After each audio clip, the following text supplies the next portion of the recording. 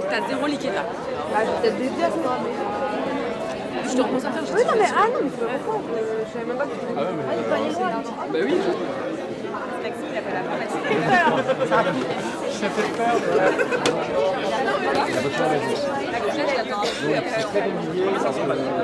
Avec sa carte bancaire, direct. Maxime, il a pas la fin. Maxime,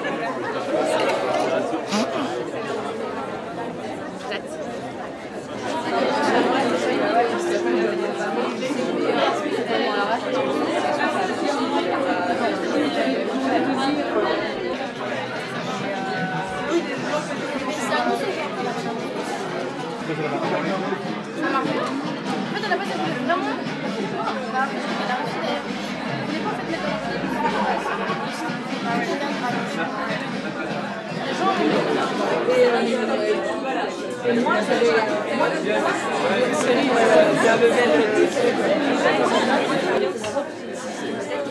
Enfin, clairement, on a même un truc Paul Sol, je sais pas quoi, Peter Paul Sol. Ouais. Voilà, ça. Céline Sciamma, donc, moi je t'ai découvert comment? Je t'ai découvert comme tout le monde par la naissance des Œuvres, et qui a été ton premier long métrage, et j'ai lu que tu sortais de la Thémis et que tu sortais de la filière scénario. Donc tu es quand même venu au cinéma par l'écriture.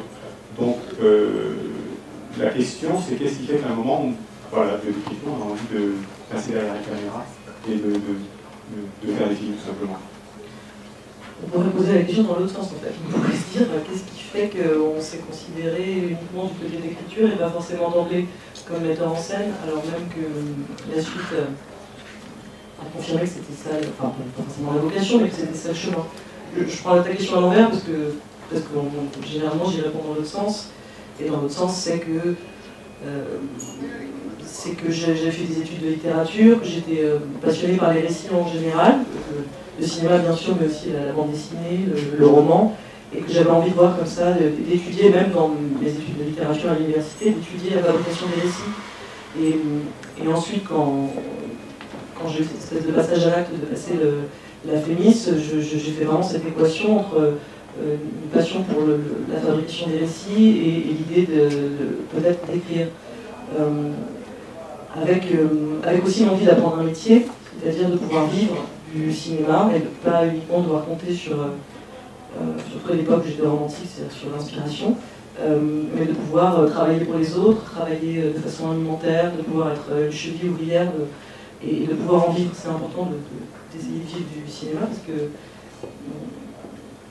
que c'est comme ça qu'on peut décider d'en faire sa vie, vraiment d'en faire son métier, quoi. Donc il y avait cette question-là, mais maintenant je me la pose un petit peu à l'envers. Comment ça se fait que j'ai pas eu l'impression de me dire d'assumer aussi un désir de mise en scène aussitôt? Je crois que c'est aussi une question de légitimité, de place, et aussi de place qu'on fait au féminin, sur l'échiquier de l'industrie du cinéma. Et c'est vrai que j'avais du mal à me penser réalisatrice, et que c'était beaucoup plus simple de se penser scénariste. Après, il se trouve que depuis, toujours, je fais les deux, et qu'en réalité, on fait un film tous les 3 à 4 ans, mais j'écris constamment pour les autres, donc je crois que c'était pas non plus une mauvaise intuition. Il y avait vraiment l'envie des rencontres, des collaborations, et de pouvoir aussi être dans une forme d'artisanat. Moi, mes souvenirs de primo-cinéphilie se partagent vraiment entre la salle et la télévision, en fait.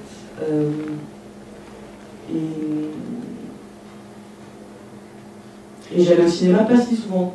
Enfin, pour moi, ça reste extrêmement événementiel d'aller au cinéma jusqu'à les 10 ans. C'est vraiment la sortie familiale, quoi. Et j'ai l'impression que je connais par cœur la liste des films que j'ai vus au cinéma parce que c'était rare, quoi. Alors, je complète la question. Quel réalisateur t'ont fait dire à un moment j'ai envie de faire ça? Quels ont été tes... Don Bluth et Brice de les réalisateurs qui m'ont dit j'ai envie de faire ça, j'ai envie de faire du cinéma, c'est d'abord passé par les acteurs, je crois, par les actrices surtout. Et vraiment, enfin c'est une alliance entre Catherine Deneuve et Jacques Demy, ce qui s'attend bien parce qu'ils ont fait l'alliance très tôt. Et c'est vraiment, enfin c'est Catherine Deneuve que je vois plutôt dans pas d'ailleurs, au départ, je la vois pas vraiment dans ses meilleurs crus, quoi. Je veux dire, je crois que j'ai quasiment vu par les musiques avant de voir un départ de Cherbourg, par la musique de la fille. Pas Liliane, quoi. Non, non, mais très marquant. Film d'Elie Chouraki avec Richard Antonina et Christophe Lambert. Je joue du synthétiseur avec une espèce de costume Miami Vice. Très intéressant. Ici, regardez, c'est incroyable. Par les musiques. C'est très heureux, c'est... Et du coup, par Catherine Deneuve, comme je décide de voir tous les films qu'elle a fait, et c'est merveilleux parce que Catherine Deneuve a fait que des excellents choix, y compris par la musique. Et du coup, par Deneuve, c'est Demy, c'est Buñuel, c'est Truffaut, c'est Téchiné. Et donc, c'est une entrée dans le cinéma, comme ça, c'est une entrée dans la cinéphilie, très jeune, par passion, pour une actrice. Parce que moi, je t'ai demandé de choisir dans la boutique une dizaine de films, et enfin, voilà, ce petit DVD, ce top 10 DVD, il y a Les Parapluies de Cherbourg, entre les Parapluies de Cherbourg que j'avais mis. On a aussi Wally. Alors, je ne sais pas si je dois la rapprocher de...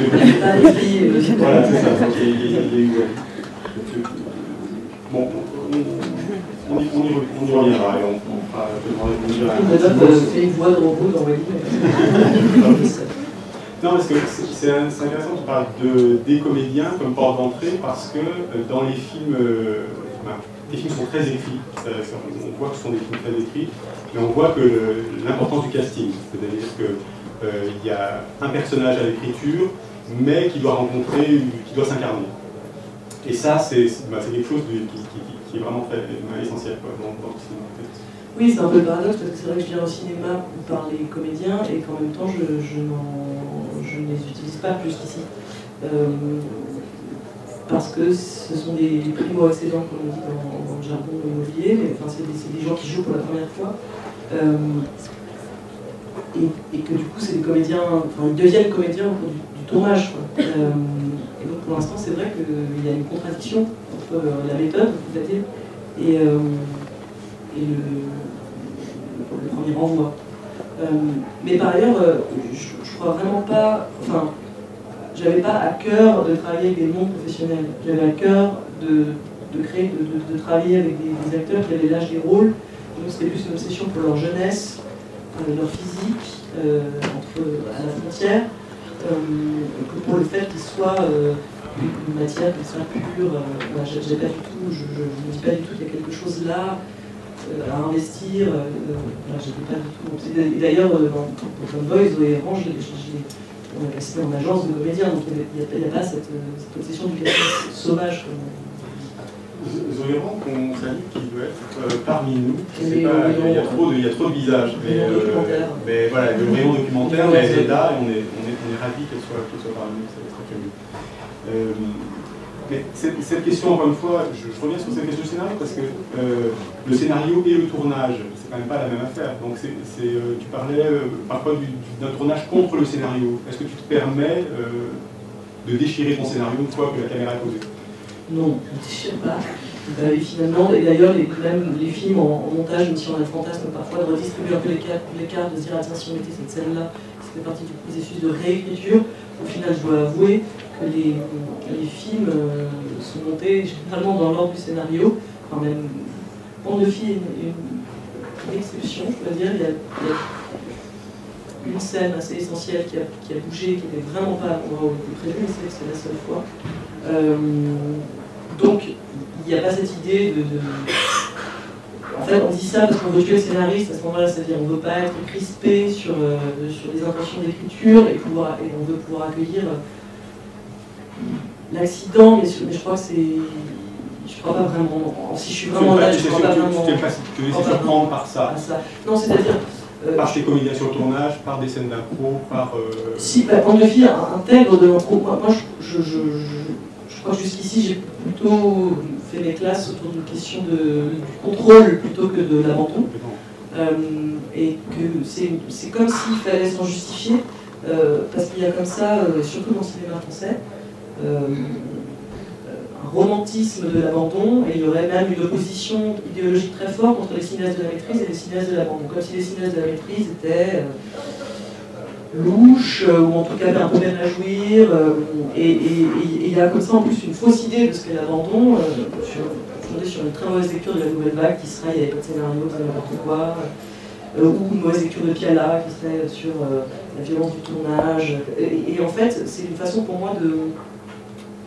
affirmer la maîtrise, c'est pas vouloir forcément affirmer une volonté de contrôle et de créer un petit monde qui serait comme ça autonome, c'est affirmer la question de la pensée, en fait.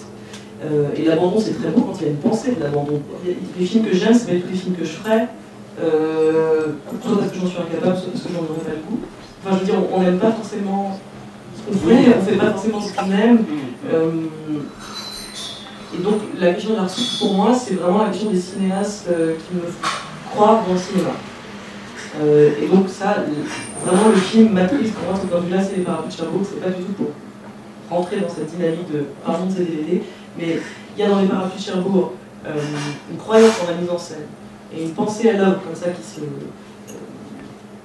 qui est offerte, il y a une générosité dans le film qui est celle d'un metteur en scène qui se dévoile, c'est-à-dire qu'il raconte qu'il est là. Il peut y avoir ça chez Desplechin aussi, c'est un metteur en scène autoritaire dans la mesure où ils sont toujours dans le plan, Kubrick, qui est toujours dans le plan.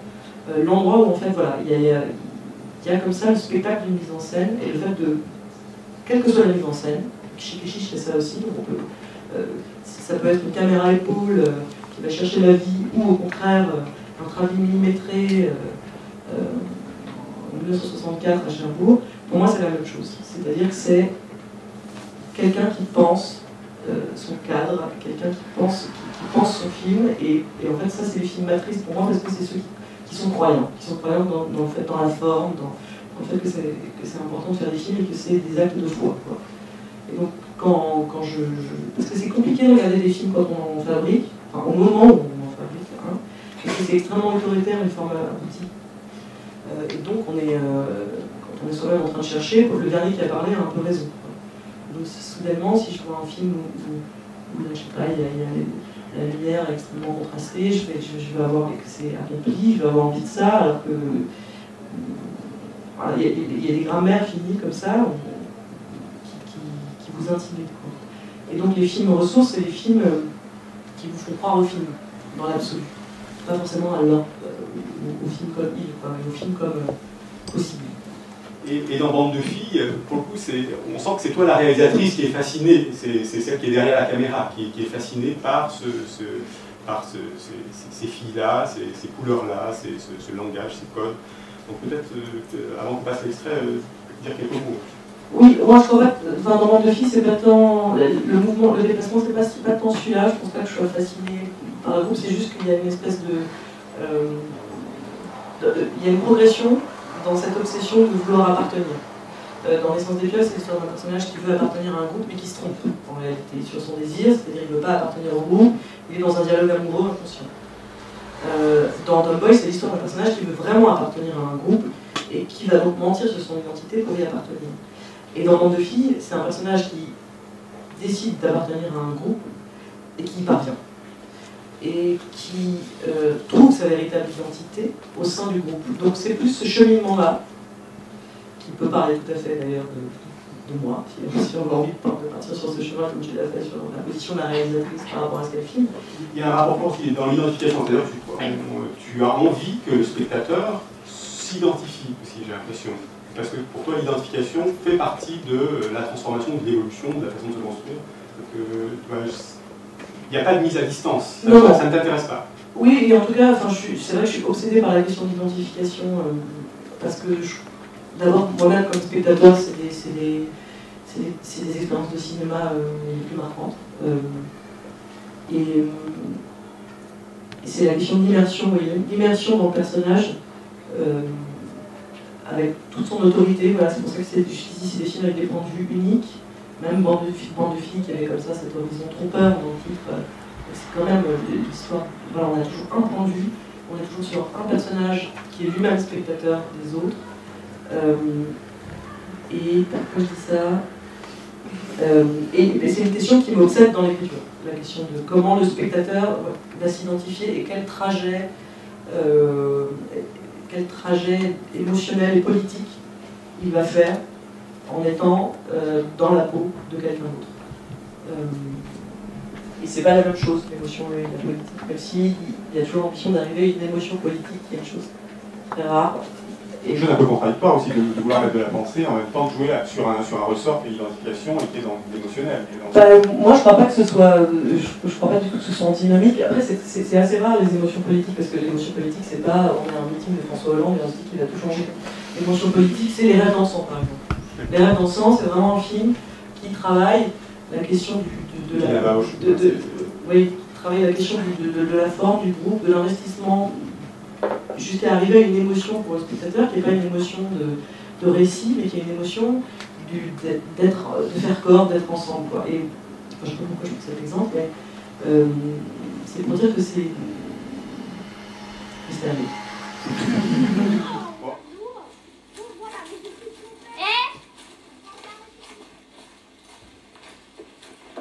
Salut. Salut. C'est Mickaël, le nouveau du bâtiment C. On peut jouer? On a déjà fait les équipes. Mais c'est pas grave, nous on est dans une équipe et il se met dans l'autre. Ok.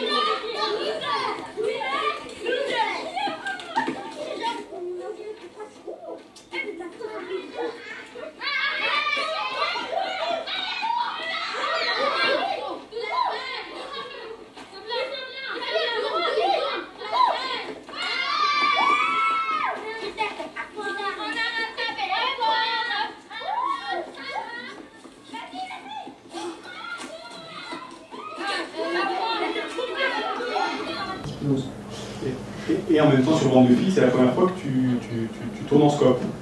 Donc tu parlais ça, tu parlais de 35 pour le naissance des c'est du 85 pour le naissance des pieuvres, et Tomboy également, même si on numérique. C'est le format de l'écran, et Bande de filles, c'est du scope. Donc toi, ça a été nouveau, ça a été une nouvelle expérience pour toi aussi. Oui, c'est sûr. Et c'était un choix.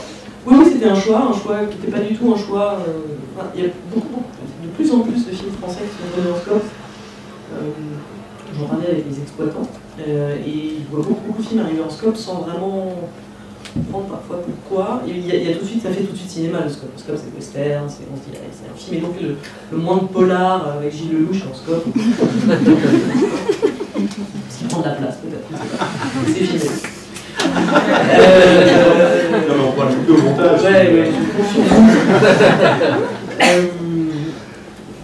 Et en fait, pas d'hypnose, je pense.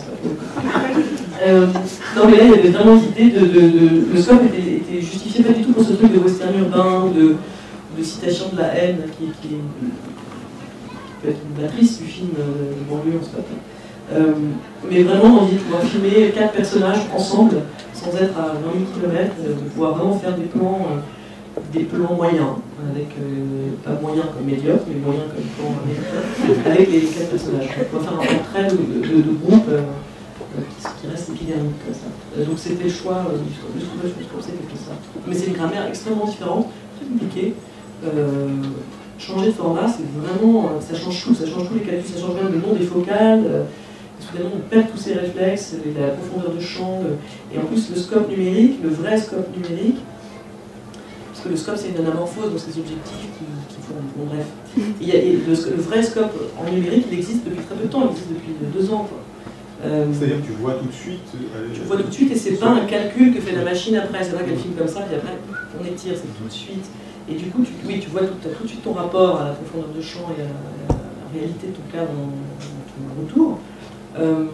Et c'est incroyablement lourd, c'est-à-dire qu'un objectif, ça peut être grand comme ça. Et t'imagines, oui, à bouger, et puis surtout, toi, t'as regardé t'as la caméra qui dit comme ça, et t'as un truc grand comme ça. Toi, il faut que tu sois super loin. Et donc, par exemple, oui, c'est Félix, etc. Mais il y a vraiment un truc où... Et les gros plans en sort, c'est des très très gros plans. Ouais. Tu ne peux pas faire... Et c'est tout à fait une autre grammaire qu'il faut apprivoiser.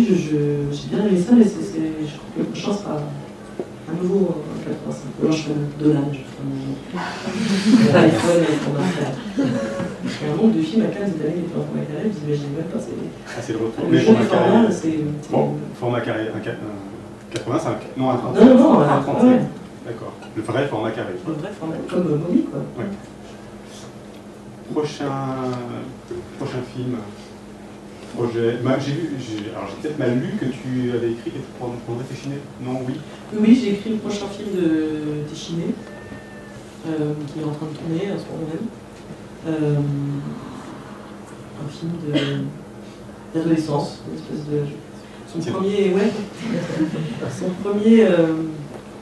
Oui, mais ça tombe bien parce que moi j'arrête, donc je suis à l'âge adulte? Ouais, à l'âge des souris, des rats, je sais pas.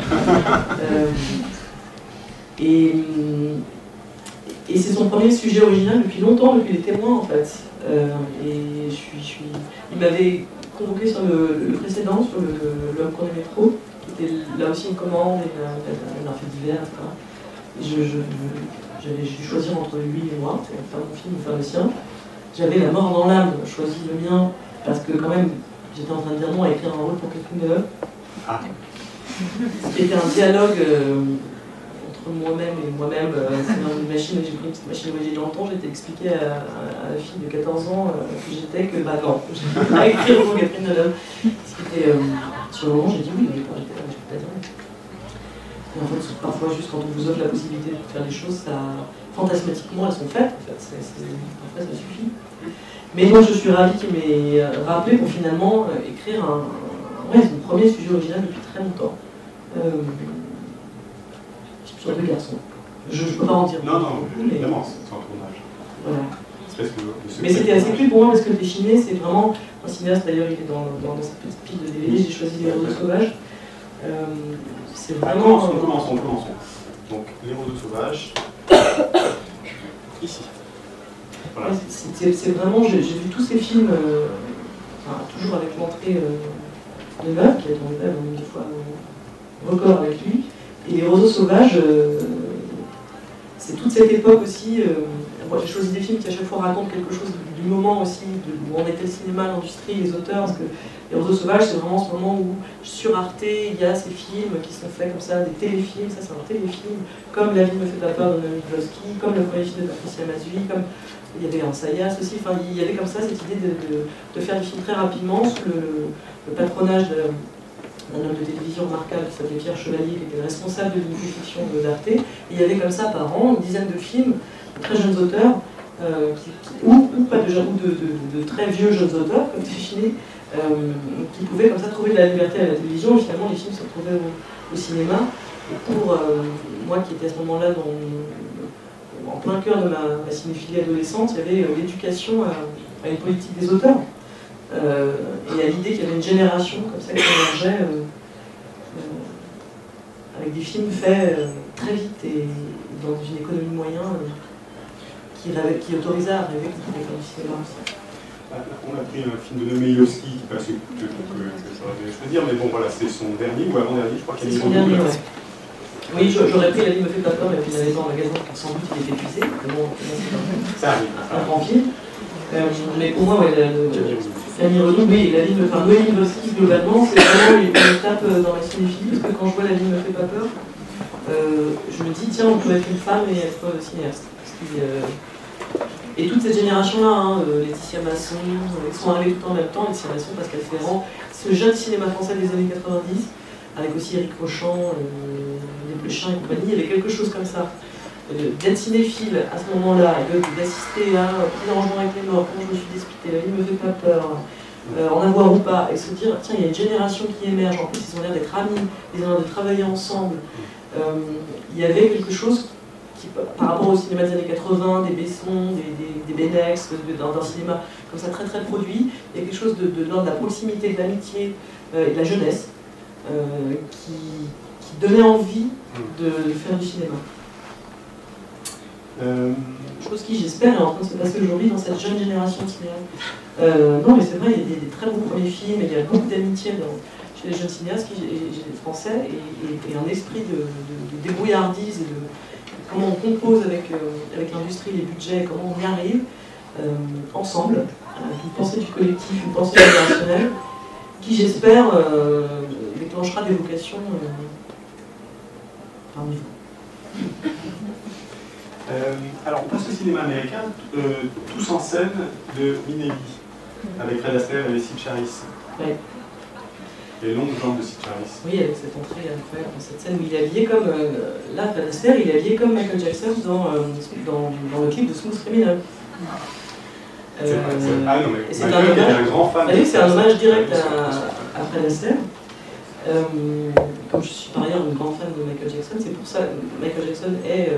Si le personnage de Laure en Cowboy s'appelle Michael, c'est parce que Michael Jackson. Il y a un indice dans le film qui montre que personne ne voit sauf les enfants et les aveugles. Là, à part l'indice du prénom. Parce qu'il y a une audio description, c'est pour ça qu'ils aveugles. Quoi? Oui, pour le prénom, en fait, on voit un moment, elle prend une boîte, dessus il y a un dessin de Michael Jackson et c'est l'indice que ça, les enfants le voient systématiquement. Ici, pour eux, c'est très logique que ça s'appelle Michael, et pas pour les adultes. Mais oui, l'idée comme ça que moi, la comédie musicale, c'est mon rapport au cinéma américain, c'est beaucoup d'abord la comédie musicale, et puis après, même globalement, la comédie américaine, les films de Cary Grant, c'est un peu mes figures de départ, James Stewart, et puis pour tous les Fred Astaire, et Jane Kelly aussi. Et il y a, même si je pense que je ne ferai pas de comédie musicale, mais aussi de temps en temps, il y a quand même l'obsession de moments dansés dans les films et de la chorégraphie. Et c'est surprenant parce que tu parlais de Denis qui t'avait beaucoup marqué des comédies musicales et tu dis ça, ça donne pas du tout envie d'aller dans cette folie. Non, ça ne donne pas envie d'y aller, mais parce que je crois, parce que moi j'aime bien l'hybridation et j'aime bien mettre de la comédie musicale dans mes films sans faire pour autant une comédie musicale. Parce qu'en plus la comédie musicale, pour en faire, et c'est pour ça qu'il n'y en a plus aujourd'hui. Enfin, je crois que la dernière fois qu'il y a vraiment une comédie musicale, c'est les films de Baz Luhrmann. Oui, c'est assez massif, quoi. C'est massif, mais parce que la comédie musicale, c'est le genre dialectique par excellence avec le cinéma. C'est-à-dire c'est un genre qui quasiment même existait par pure promotion de l'évolution technique du cinéma. Et donc si, par exemple, je ne sais pas, quand je chante sous la pluie le raconte d'ailleurs, quand le parlant arrive, la musique, c'est d'abord le genre de jazz, c'est d'abord la musique. Le jour où il y a on passe du mono à la stéréo, c'est La Belle de Moscou avec Fred Astaire qui ouvre le bal de la stéréo, et il y a une chanson où Fred Astaire chante, il est en mono, soudainement ça passe en stéréo, et la chanson c'est sur le fait que la stéréo ça existe.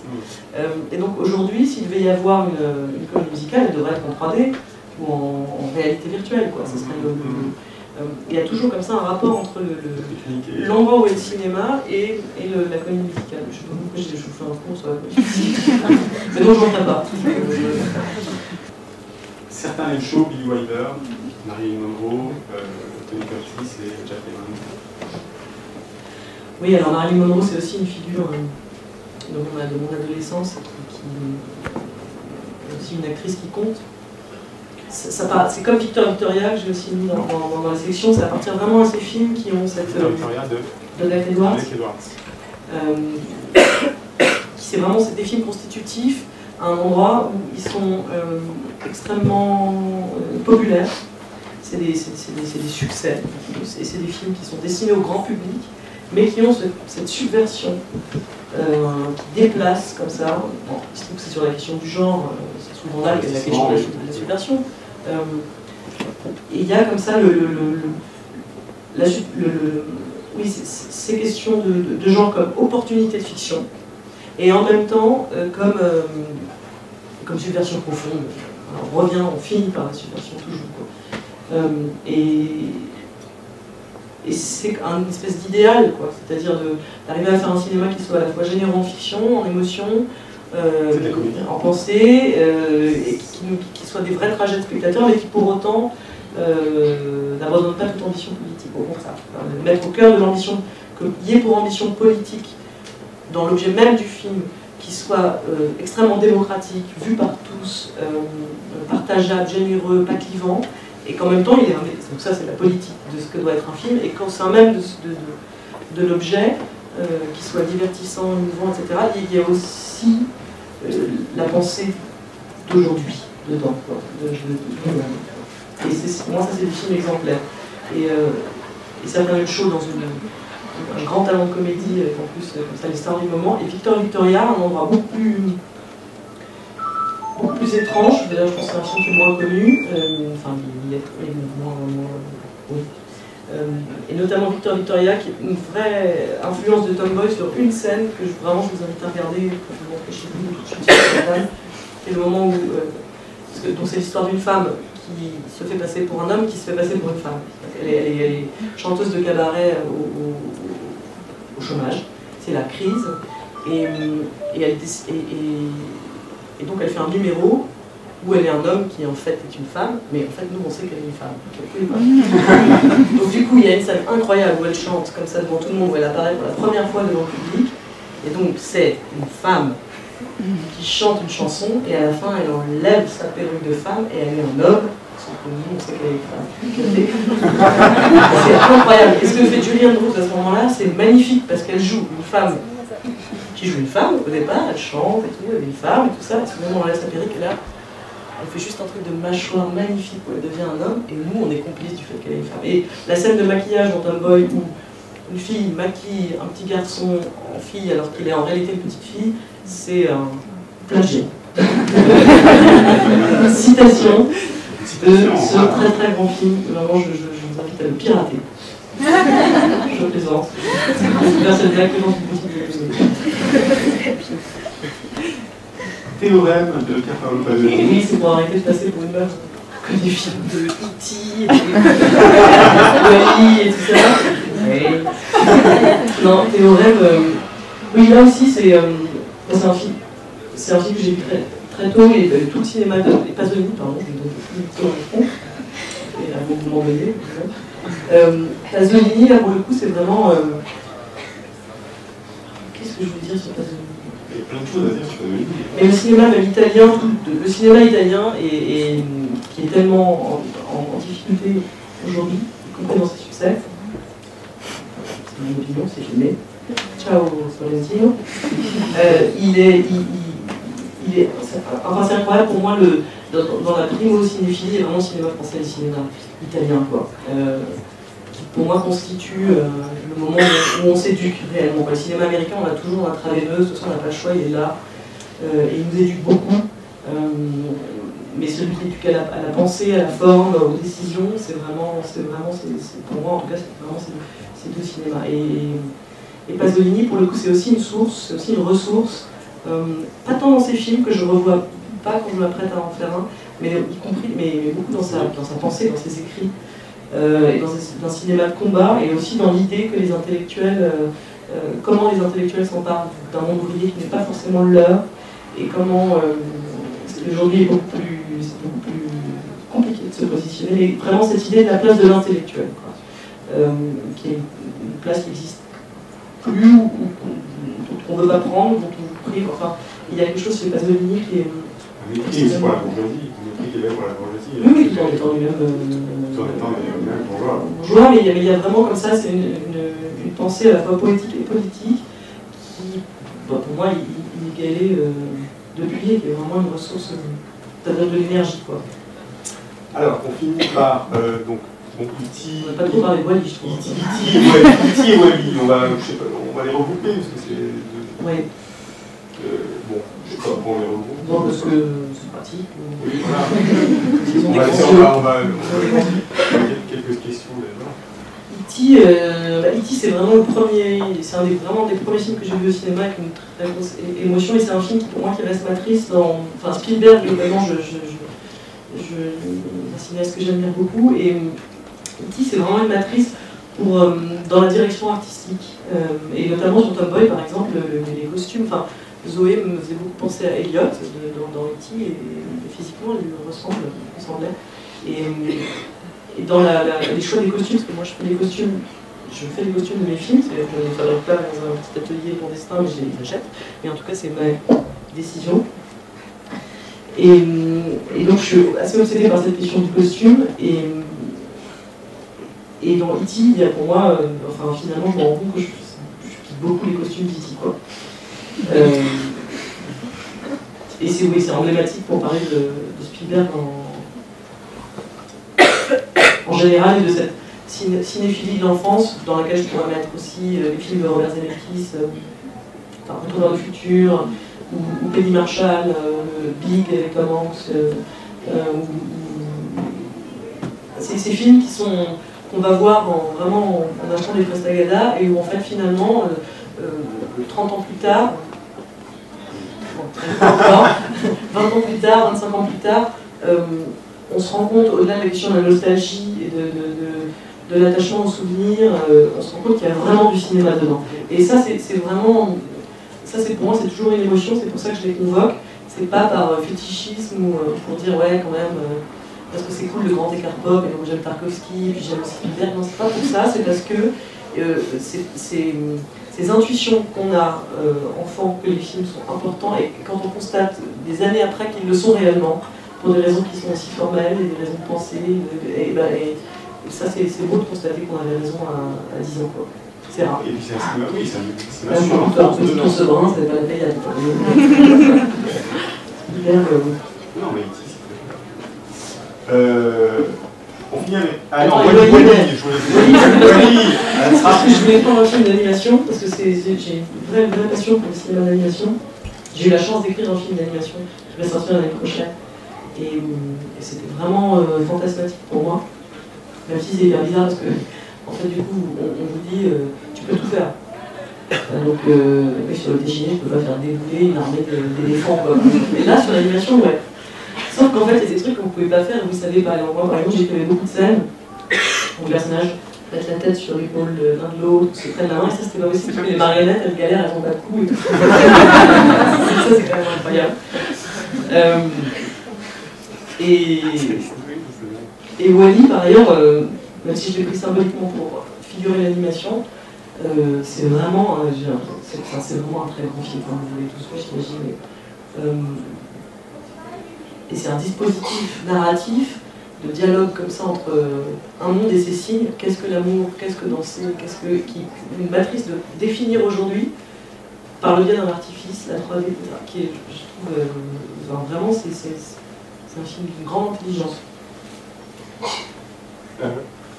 On finit sur Twin Peaks, oui, je vois plus commencer, finir sur Twin Peaks, un peu sur la vie de Belleville, c'était pas... Bon, finissons sur lui. Parce que tu avais choisi aussi Mulholland Drive. Oui, j'avais choisi Mulholland Drive. Parce que moi, quand même, parfois, il y a des moments où on se dit pourquoi on est content de vivre à notre époque. Donc, c'est pas souvent. Et si, quand même, un peu tous les jours. Et moi, pour moi, avoir vécu la sortie de Mulholland Drive au présent, c'est comme avoir vécu la Coupe du Monde 98, quand on se dit. Et ben voilà, Mulholland Drive, pour moi, c'est vraiment me dire, là j'ai vécu un moment historique, quoi, d'avoir vu ce film au moment où il est sorti, après mon ticket, de ne pas savoir. Ça reste, voilà, pour moi, dans le top 10 des moments où on se dit. Pas Lost Highway. Lost Highway, si, beaucoup. C'est-à-dire, en fait, moi j'ai commencé par Lynch, par Twin Peaks, mais pas la série, le film. Et c'est un moment de vacillement, c'est-à-dire là, vraiment, je suis sortie de la rue avec tout la même gueule, c'était au Champeau, je me souviens. Déjà, je connaissais bien cette rue, mais alors je ne connaissais plus du tout après. Et du coup, après Lost Highway, que j'ai revu la semaine dernière et qui a étrangement assez mal vieilli pour moi. Là où Mulholland Drive reste quand même, maintenant, c'est quand même 14 ans, Mulholland Drive reste. Ouais. Et pour moi, bouge pas, quoi. Twin Peaks, du coup dans la foulée du Twin Peaks le film, je vois Twin Peaks la série, je fais la chose à l'envers, et là c'était aussi une façon pour moi de parler pour la sérénité, qui reste un fantasme d'écriture absolue pour moi, c'est-à-dire entre chaque film j'essaie d'écrire une série télé, alors je vais la proposer aux chaînes, et généralement ils ne la donnent pas, jusqu'ici. Mais il y a vraiment, enfin, j'arrive pas à faire moi j'efface totalement la frontière entre les objets. Même si écrire pour la télé c'est pas du tout le même métier, pour l'avoir fait un peu sur les romans, je pense vraiment que c'est pas le même métier. pas les mêmes interlocuteurs, pas les mêmes processus de relation, de production, etc. Mais en termes de, pour moi, de goût de spectateur, j'arrive pas à créer de hiérarchie maintenant entre ma passion pour les feuilletons et pour le cinéma. Quelles sont les dernières séries que quelles sont tes séries préférées, favorites? Séries américaines, j'imagine? Oui, mais non, j'ai une grande passion pour le Kingdom de Lars von Trier, que j'avais vu au cinéma, pour tous les épisodes de L'Hôpital et ses fantômes de Lars von Trier. Vous voyez ça, c'est fabuleux, la saison 1 surtout. Moi j'aime l'idée que les séries télé soient avancées et que justement elles aient une fin, et celles-là, elles sont très rares à être vraiment pas soumises à la reconduction, au contrat, à l'audience. Il y en a quelques-unes, il y a Six Feet Under, il y a Mad Men et il y a les Sopranos, et on peut voir à quel point ce sont des séries atypiques de Wire. Donc elles sont pensées comme ça, pas pour être répétées à l'infini, mais pour se terminer, et ça je trouve ça très beau que ça se termine. Les séries télé, même si ça nous laisse orphelins, mais c'est très beau d'être orphelin de personnages. Moi j'aime beaucoup ça au cinéma, être orphelin des personnages, c'est aussi vivre avec eux pour toujours, quoi. Alors que si Don Draper est toujours tous les dimanches chez moi, bon, à un moment, je vais finir par m'ennuyer comme un vieillon, quoi. Donc moi j'aime beaucoup ce sentiment-là à la fois des retrouvailles avec les personnages, c'est ce qui est très beau dans la série, mais aussi de la fin de la tranche de vie, quoi, qui correspond à la nôtre aussi, quoi. Moi maintenant je peux faire du binge-watching et regarder les 12 épisodes d'Orange is the New Black dans la nuit comme une folle, mais à l'époque, quand c'était sur Canal Jimmy, où j'achetais les VHS, des Sopranos, il y avait vraiment cette question de la fréquence, de la régularité, du rituel, que moi j'essaye beaucoup de garder dans mon rapport aux séries, parce que ça me plaît. Donc je n'attends pas la fin de la même pour regarder les 12 épisodes, je les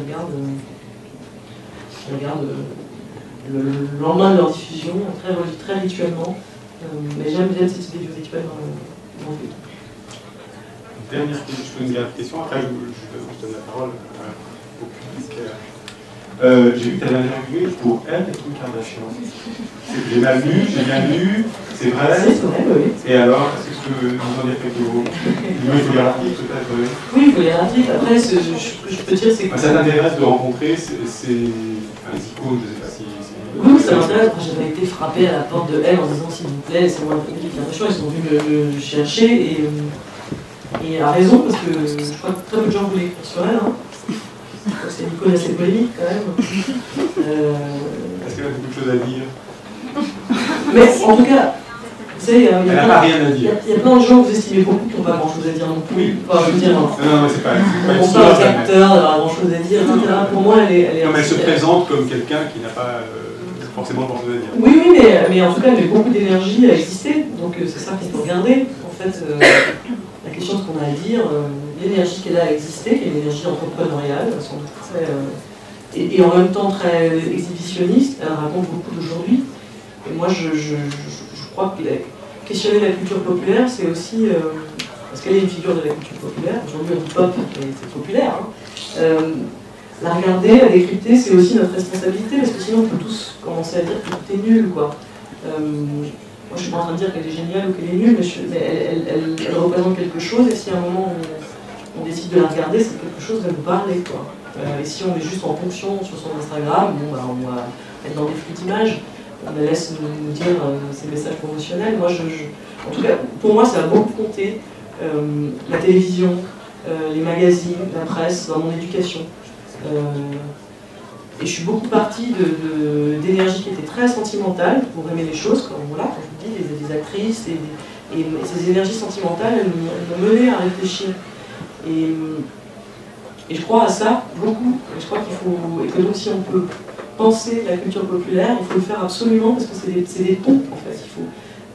Sinon, chacun reste sur son précaré, quoi. Et donc penser Kim Kardashian, c'est mon devoir. Non, c'est mon plaisir, c'est mon opportunité, et surtout c'est une façon de... oui, c'est ça, de créer des ponts. Si vous avez des questions pour Céline. Elle est là, par ailleurs. Non, tu vois. Levez la main, profitez-en. Une grande mélomane. Non, mais un peu comme le cinéma, c'est-à-dire beaucoup d'appétit, la chance de grandir dans une famille où c'est important d'écouter de la musique. sans autorité, hein, avec accueillant toutes sortes de choses, mais oui, beaucoup de musique au moment où je choisissais pas d'en écouter, ce qui après donne évidemment l'envie de choisir d'en écouter. Après, et un goût pour la musique de film aussi, assez tôt, un peu geek, musique de film, genre tiens, si j'ai vu la musique du dernier Alien, quoi, c'est un peu chelou. Et donc quand même, j'aime bien y penser, quoi. Pour moi, ça fait vraiment partie de... Et on le pense en amont, c'est souvent cette rencontre dans la musique de film, avec pas de compositeur, après en post-prod, etc. Avec la production, nous on pense la musique comme dès le départ de l'écriture, y compris en termes de budget, avec une enveloppe allouée au compositeur qui est distincte de l'enveloppe allouée à la musique qu'on va acheter, ce que tout le monde ne fait pas. Et il y a une vraie pensée de l'écriture musicale du film, qui est une chose ultra déterminante, parce que c'est le seul endroit du film où l'autorat ne se fait pas en collaboration. C'est-à-dire, par exemple, un chef opérateur, il va signer l'image de votre film, et vous êtes tout le temps à côté de lui. La musique, il y a quelque chose, c'est la chose la plus envahissante, c'est une chose qui a une vie autonome au-delà du film. L'image de votre film ne se balade pas toute seule dans un magasin.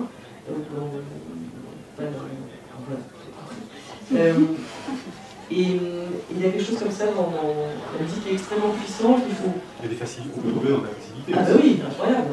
Y compris dans le fait de mettre son iTunes dans le film, quoi, comme plein de gens font, quoi. Je j'aime bien cette chanson, j'ai les moyens, je me dirais, quoi. Et ça marche hyper fort, on est tous, ça marche dans la vie, on écoute la musique dans le bus 26, on a l'impression qu'on vit un moment épique, quoi. Un peu dans le bus 26. Donc c'est un vrai truc sur lequel il faut réfléchir, il faut être très vigilant, très penseur. Alors moi j'ai du mal à procéder par thème. Je pense que ce que je sais sur la suite, c'est que j'ai envie de travailler avec des acteurs. Et j'ai envie de travailler sur un cinéma de genre, le pas sûr en même temps. Et je crois que je pensais plus pareil, que les thèmes resteront les mêmes. C'est-à-dire apprendre à ses obsessions, on laisse toujours le même mètre carré. La question c'est comment à la mise en scène et dans le récit on le déploie autrement.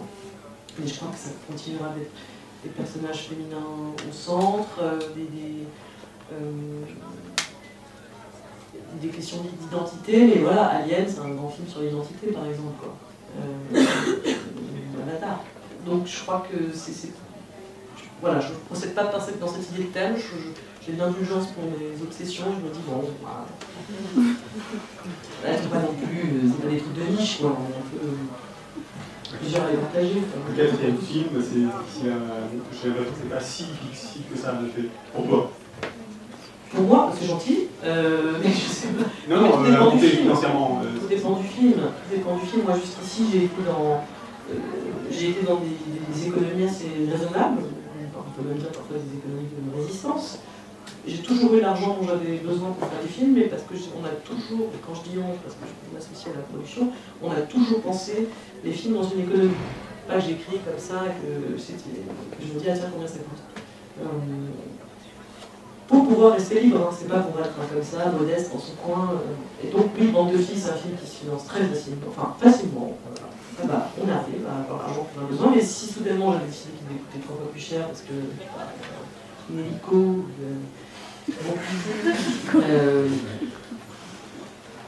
l'argent qu'on demande, il raconte aussi.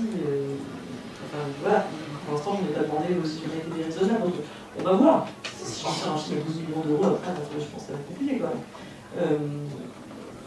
Mais c'est pas l'économie d'un film de Romer, par exemple. Non, mais Romer, c'est l'exemple parfait. Romer, c'est, pour moi, c'est voilà, c'est lui, il a toujours fait, il n'a jamais fait un film qui était déficitaire, il a toujours gagné le pouvoir rejouer, il a toujours pensé l'économie de ses films. C'est très important de penser l'économie de ses films, mais il ne faut pas l'associer à une forme de modestie. C'est-à-dire, on peut penser l'économie de son film à 7-8 millions d'euros. Moi, le budget du film, pour vous dire, parce qu'on ne sait jamais ces trucs-là, ça semble énorme. Naissance des clubs, c'est 1,5 million. Tomboy, c'est 900 000 euros. Bande de filles, c'est 2,6 millions. Et ça, c'est plutôt des petits budgets. Donc, je sais pas pourquoi je parle d'argent. On parlait de 900 000 euros, le petit budget. L'appartement place des Vosges, hein. Donc, on en fait faire les choses dans l'éducation nationale avec ça. Il faut essayer d'apprendre des chiffres aussi. Bah oui, oui. J'ai découvert qu'elle faisait une entrevue ici sur Facebook, parce qu'elle a une page Facebook et il y avait l'événement, donc du coup j'étais super contente de pouvoir y participer. Et j'ai déjà vu, je suis allée à son avant-première de Bande de filles, et avec ma maman aussi, et donc c'est une des réalisatrices qu'on aime vraiment beaucoup et qu'on suit un peu, enfin on suit son actualité, donc là j'étais très contente de pouvoir venir l'écouter, et ma maman vient me rejoindre normalement dans pas longtemps pour acheter le DVD Bande de filles, donc voilà, et c'était super. J'aime bien comment elle a parlé de ce qu'elle avait fait. Et je trouve que ces films parlent de sentiments humains, mais en toute simplicité. Je trouve ça assez beau et assez poétique. J'étais agréablement surprise de découvrir en fait la personne. C'est génial qu'on nous permette d'avoir cette chance en fait. Parce que sinon on met les réalisateurs dans des grandes sphères là-haut, et puis là ça les redescend dans la sphère humaine, et c'est agréable.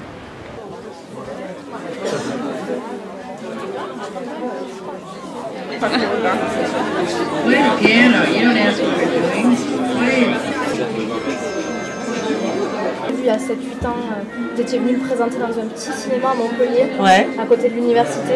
Ouais. Et voilà, je suis allée le voir, et puis voilà, ça a été un chamboulement, et puis depuis j'ai suivi, et voilà. J'ai autant aimé Tomboy et Bande de filles, donc... Bon, ça va, je vous ai pas déçu après le changement. Non, pas du tout. C'est bien. J'ai bien aimé la continuité et en même temps le changement de thème. C'était vraiment... Enfin, ils sont tous les trois hyper intéressants, donc voilà. Et vous êtes à Montpellier, vous êtes à Paris maintenant? Maintenant, je suis à Paris pour le travail. Vous faites quoi? Je suis prof d'anglais. Voilà. Et vous aimez bien venir à Paris? J'aime bien, ouais. Il y a plus d'opportunités pour les à côté. Parce que moi, je fais du foot, du théâtre, et du coup, c'est vrai que c'est grand, il y a plein de choses à voir. Et, voilà, c'est super intéressant. Bon, en tout cas, c'était très intéressant aussi d'être venu. Donc, merci. Tant mieux. Comment vous vous appelez? Clémence. Clémence.